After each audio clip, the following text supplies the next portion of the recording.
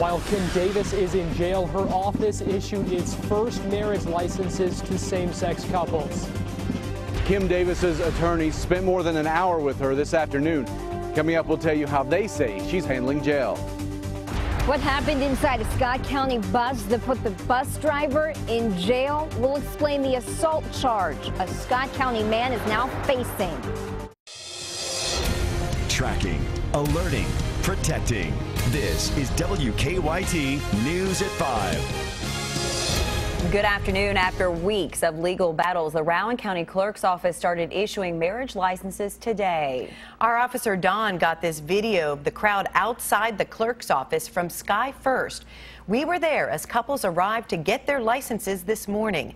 WKYT's Garrett Weimer begins our top story team coverage live from Rowan County. Garrett.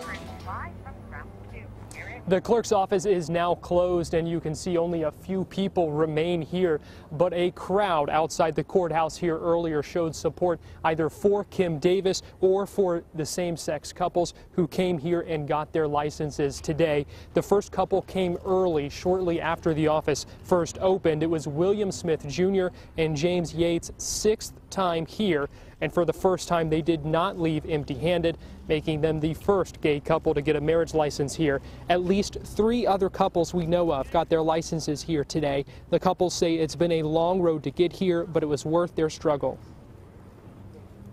It felt good. It felt like change was happening, and you know, this was the hard part, really, that we didn't feel like second-class citizens anymore. Right. That, you know we weren't treated, discriminated against. We felt equal. Like our relationship can now be recognized by law.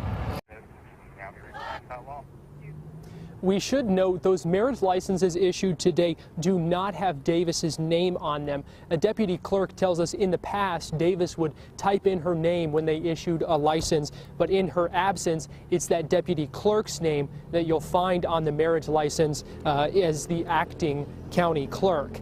Live outside the Rowan County Courthouse, Garrett Weimer, WKYT. A crowd of people supporting Kim Davis went to the Rowan County Clerk's office this morning before moving to the Carter County Jail. Kim Davis will have to stay there until she agrees to issue marriage licenses or resigns. According to her lawyers, she will not change her mind. WKYT's Victor Puente continues our top story team coverage from Grayson. Kim Davis's attorneys insist there is a simple fix to get her out of jail. They say Governor Steve Beshear is ignoring the issue. Matt Staver and other Liberty Council attorneys met with Davis today for more than an hour. He says she's in isolation, but is at peace with where she is. Supporters of Davis also came to the jail and said she was being persecuted for her beliefs. Federal Judge David Bunning sent Davis to the Carter County Detention Center after she refused to issue marriage licenses. Today, Staver said she had no intention of doing so or of resigning her position of county clerk. He says if the governor would modify marriage licenses to not include the name of county clerks, Davis could go back to work. She has asked for a reasonable accommodation. She hasn't gotten a hearing on that before Judge Bunning yet, although it's very simple to do. But I can also tell you that she cannot violate, and she will not violate, her conscience. Staver said he expects her to be here at least a week. He said this evening they're filing an appeal to try to get her out of jail. He also said she has no animosity toward the 5 clerks who agreed to issue those marriage licenses. In Carter County, Victor Puente, WKYT. Those attorneys argue the marriage licenses granted without Davis's name are invalid. ACLU attorneys say they are legal. We have complete coverage of this story online. Just go to WKYT.com for the very latest headlines and video.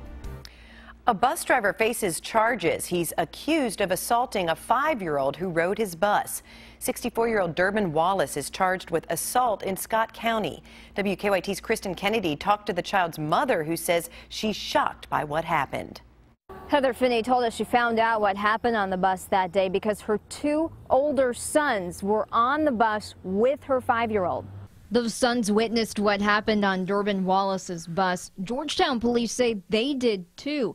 Investigators say video evidence showed Wallace grabbing Heather Finney's son by the neck and banging his head against the bus window, causing him to yelp. But he said something about the bus driver almost made him hit a screw, and I guess he meant one of the bolts on the bottom of the window because he hit his head on the window. Finney says her son was more scared than bruised. She confronted Wallace the next day. So the next morning I went out to talk to the bus driver. and he told me that he wasn't sitting still in his seat, that he had been moving around. Within a week, officers had charged him with assault, 4th degree. I knew he had grabbed him, but I didn't know the extent of what had happened. I was upset and I was shocked when I found out that they had arrested him. Finney says she will follow this case through court. She's hired an attorney in Scott County. Kristen Kennedy, WKYT. Wallace did post bail. He'll be arraigned in court September 29th. Hundreds of students took time to honor a classmate this morning. Frankfort High School junior Bradley Kamek died Wednesday after a battle with encephalitis. WKYT's Mike Linden shows us the touching tribute. I just want to tell all the parents and family members, please don't forget to hug your children every day and tell them you love them, because you don't know what tomorrow will bring. On Wednesday afternoon, Frankfort High School junior Bradley Kamek passed away. He was 16 years old.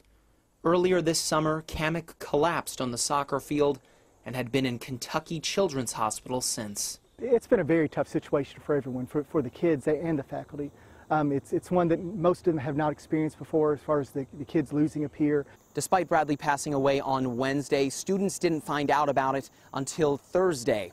And one student who says she didn't even know Bradley very well says she needed to do something to bring the students together and honor his memory. It was hard knowing that we had lost a friend and a team player and that he had so much life left in him. Walk all the way down at the end, this first row only. With the help of the school faculty, Fry and more than 200 students came together to honor Bradley. Each person released a balloon in FHS colors, but not before saying his initials and jersey number. Bradley's mother, Julie, says the outpouring of support has been nothing short of amazing. It just makes me feel good that people really felt that sincere towards Bradley. For the soccer teams, the season continues, but Hannah Fry says Bradley will be right alongside them. I'm looking forward to just keeping him alive and doing what we love and keeping him with us wherever, because I know he'd be in the stands watching us. In Franklin County, Mike Linden, WKYT. Great effort there by those students. Principal Lyons says both boys and girls soccer teams will wear a commemorative patch the rest of the season with BC3 on it in honor of Bradley. Well, turning our attention now to weather, it is going to be a great weekend visit, either the pool or maybe the lake. We have hot and humid air sticking with us through this holiday weekend. WKYT meteorologist Micah Harris now with the check of the forecast. Yeah, and when you have that heat, you have that humidity like we've had the past few days in today, you get at least a couple of pop-up showers or thunderstorms, and that's about it. It's a very slight chance of rain, but there's a look out toward Beattyville as it continues to track toward the Jackson County area. One fell apart there in Morgan County. You look at the Mountain Parkway, it's kind of that dividing line over shower and thunderstorm here or there to the north and south. Corbin, you're looking good right now, but you're not feeling good. Look at that. We're at 92 degrees at the London Corbin Airport. 91, that's a very popular number across the Bluegrass region too. You can see 93, that is the hot spot down in Monticello in southern Kentucky. It's going to be a scorcher of an afternoon the rest of the afternoon. Off into the night, 65 degrees, calm and humid. We'll stay with that humidity through the ball games too. So keep that in mind as you're heading out to those Friday night football games. Check out your focus of the forecast. Small changes, but there are changes to your forecast for the weekend. I'll explain it if it's on the good side or the bad side coming up in about 10 minutes. Police arrested a man accused of firing shots outside an apartment building. Our county-by-county coverage at 5 begins in Madison County. Richmond police say Aaron Shanks fired the shots during an argument on Turpin Drive overnight. We're told he also broke into an apartment before leaving the scene. He was later caught at another apartment on Arlington Drive. Shanks is charged with wanton endangerment, burglary, and gun and drug charges. The trial for a man charged in a Casey County murder continued today.